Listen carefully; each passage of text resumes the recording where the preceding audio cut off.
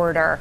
Speaking of hacks, ISIS sympathizers are reportedly threatening hack attacks today on the anniversary of 9/11. In fact, there is a hashtag, quote, America under hacks, that is circulating on Twitter, calling followers to take action to disrupt U.S. government and private industry websites. Followers have also posted what it claims is sensitive U.S. government information, including personal information on White House staffers and government employees. Retired Colonel Cedric Layton with me now, former NSA Deputy Training Director. Colonel, according to our sources, these individuals are taking to Twitter. Fox is told the information is recycled. Some is available on the open source anyway. So what is the point of this? To give the impression to would-be followers that the organization is more powerful than it is?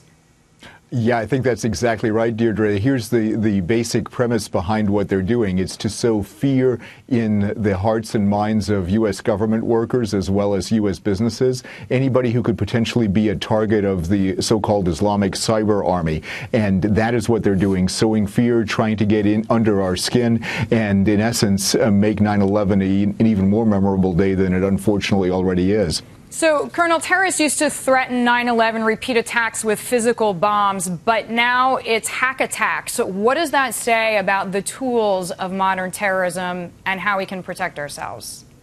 Well, basically, the tool set has become a much more varied tool set. It used to be just throwing a bomb, just making it, very obvious that you're doing what we would call a kinetic attack. But now the arsenal has gone beyond kinetics. It has gone into the virtual world because ISIS, as well as its sympathizers, have access to the World Wide Web just like we do, and they're going to use it to great effect. And in fact, they're hiring hackers to do those kinds of things. And if they can get away with it, they certainly will. Hiring hackers, it seems like, as a former NSA director, what does the NSA need to do? Any other government entity that they did differently 2 years ago? Is this about manpower? Is this about money? Is it about teaming up with Silicon Valley companies? What is the answer?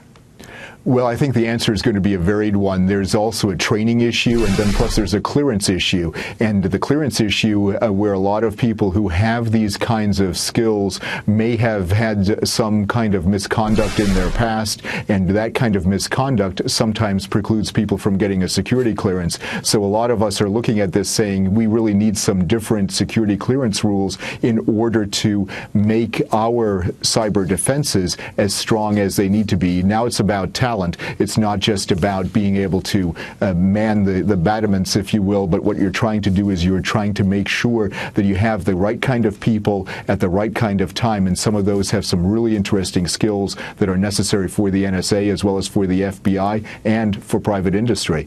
Colonel Cedric Layton, thank you. As always, glad to have you with us. Colonel Cedric Layton joining us there, former NSA Deputy Training Director.